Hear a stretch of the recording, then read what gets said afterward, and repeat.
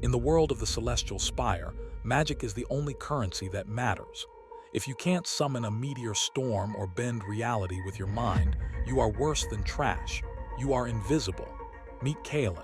He is the anomaly, the only student in the Academy's 1,000-year history to register an absolute 0 on the power scale. The elites mock him. The teachers ignore him. He spends his days eating dried squid and sleeping through lectures on advanced pyromancy. But when a class S void hydra breaches the containment field, a beast biologically immune to all magic, the top students realize their fireballs are useless. They are about to be slaughtered. While everyone screams, Kaelen sighs.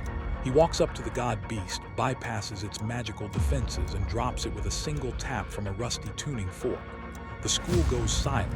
They thought Kaelen was a glitch. They were wrong. He is the Mage Slayer, and class is now in session. Part 1. The glitch in the system. The celestial spire is a vertical city floating above the clouds. The powerful live at the top in the sunlight, while the weak live in the shadows of the lower rings. Kaelen lives in the basement. After the Hydra incident, the school is buzzing with rumors. How did a level 0 defeat a monster that eats magic? The vice principal, Lord Mallows, is furious. He accuses Kaelen of cheating, claiming he used an illegal artifact. But the student council president, Lyra, watches the security footage in slow motion and sees the truth. Kaelen didn't use magic. He struck the Hydra's vagus nerve with surgical precision. Lyra realizes that the rusty tuning fork in Kaelen's pocket is actually a shard of a god-killer blade, a metal banned for 5 centuries because it severs magical ley lines. She realizes Kaelen isn't just a student. He's a walking weapon disguised as a slacker. But Mallows wants Kaelen gone. To force him out, he assigns Kaelen to Squad Omega, the group destined for expulsion. Kaelen just wanted to nap.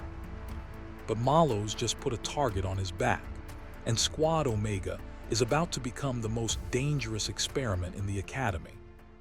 Part 2. The Broken Squad. Squad Omega is a total disaster. First, there's Vayne, a snobbish aristocrat with infinite mana but bones as brittle as glass. If he casts a single spell, his arm breaks. Then there's Bix, a cyber goblin obsessed with explosives who was banned from the chemistry lab. Finally, there is Unit 7, a war golem reprogrammed to love gardening that refuses to punch anything.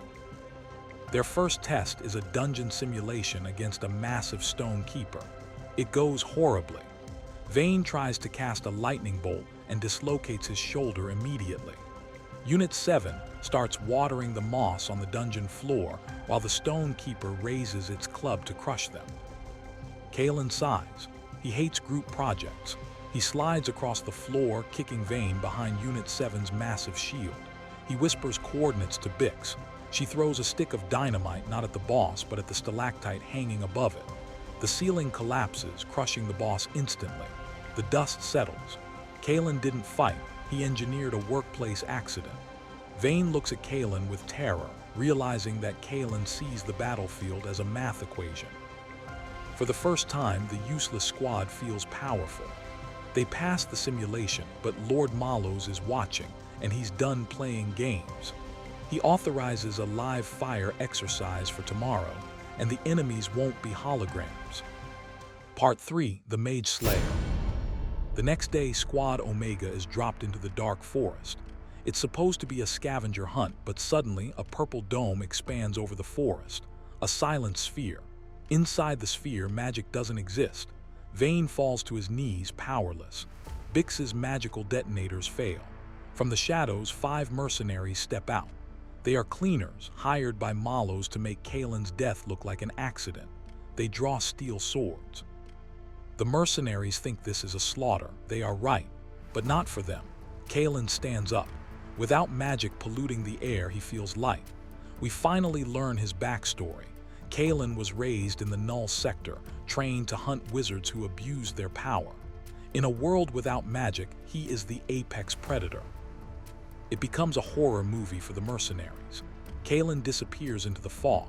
One by one, the mercenaries are taken out, traps made of vines, rocks thrown with lethal accuracy.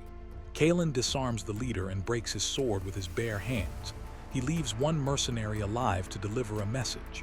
Kaelen wiped out the hit squad without breaking a sweat, but the escaping mercenary sabotages the Spire's anti-gravity rings on his way out. The school isn't just a battlefield anymore. It's a falling bomb. Part 4. The Fall of the Spire. The celestial spire begins to tilt. The anti-gravity engines are dead. Lord Malos reveals his true plan over the intercom. He wants the spire to crash into the chaos below to start a war between the Sky People and the Grounders.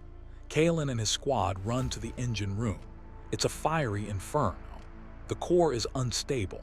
They need to manually reconnect the ley lines, but the radiation is lethal.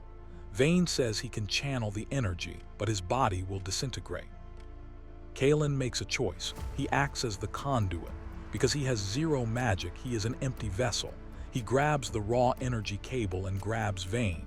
He forces the magic to flow through him into Vane, filtering out the toxicity. It's agonizing. It feels like burning from the inside out. But for the first time, Kaelen isn't fighting for himself. He's fighting for his team. The engine roars to life. The fall stops. But Malos is waiting at the exit, and he has summoned another demon from the forbidden texts. They saved the city, but they are trapped in the engine room with a demon lord, and Kaelen is barely standing. Part 5. The Final Exam. Malos laughs, shouting that you cannot kill a demon with magic because they feed on it. He expects them to surrender. Kaelen wipes blood from his mouth and stands up. He looks at Malos and says, "Good. I hate magic anyway."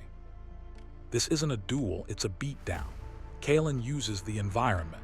He uses the momentum of the spinning engine gears to launch himself. He targets the demon's physical joints. He rips a horn off the demon's head and uses it as a dagger. To finish it, Kaelen does the impossible. He steps directly into the engine core. His null body absorbs the excess energy that was about to explode. He becomes a human battery. He points his finger at Malos and the demon. He fires the energy back out, not as magic, but as pure kinetic force. The demon is vaporized. Malos is blown through 3 walls. The threat is neutralized. Kaelen collapses, finally getting the nap he wanted. 3 days later, Kaelen wakes up in the hospital. The school is safe. Malos is in prison. Squad Omega is hailed as heroes, mostly. Vane drops a bag of dried squid on Kaelen's lap, a peace offering. They aren't friends yet, but the contempt is gone. Lyra updates Kaelen's file. His rank is still level 0, but she adds a new note. Warning, do not provoke, threat level catastrophic. Kaelen walks down the hall. The elites who used to bully him now bow their heads in fear. He ignores them. He just wants to get to class. He saved the world, but he still has to pass algebra. If you want to see what happens when the Assassin Squad takes on the Interschool Tournament, hit that like button and subscribe. You don't want to miss what Kaelen does next.